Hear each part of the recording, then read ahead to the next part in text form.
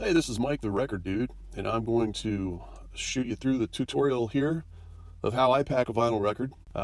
Some tips and tricks and some things in general to make your life easier.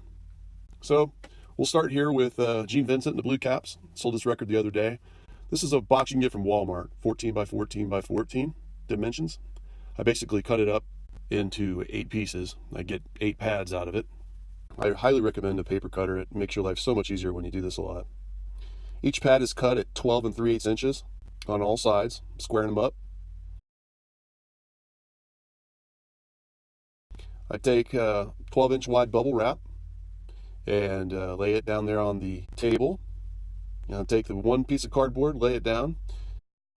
It's good to note here that I'm using a poly outer sleeve, and inside I've taken the record out of the cover and put it in its own new inner sleeve so that the record cannot damage the original inner sleeve or the cover. Take another pad, set over it, and then I tape the bubble around it securely for a nice tight fit.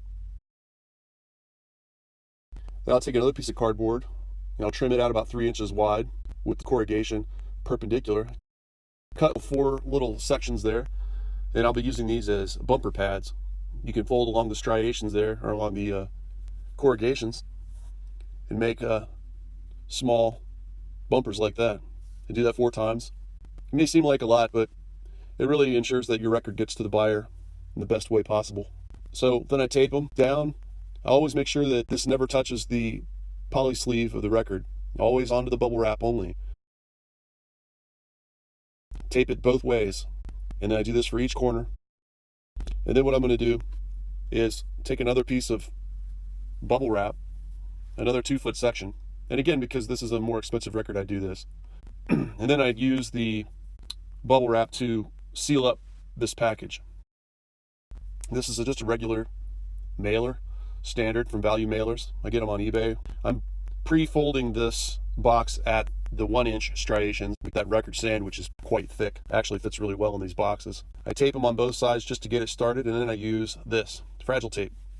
And the fragile tape works great. Most fragile tape that you get has a really good tack to it. I go over the box all the way around, and then I can fold in on both corners and then across the top to make a nice tight seal.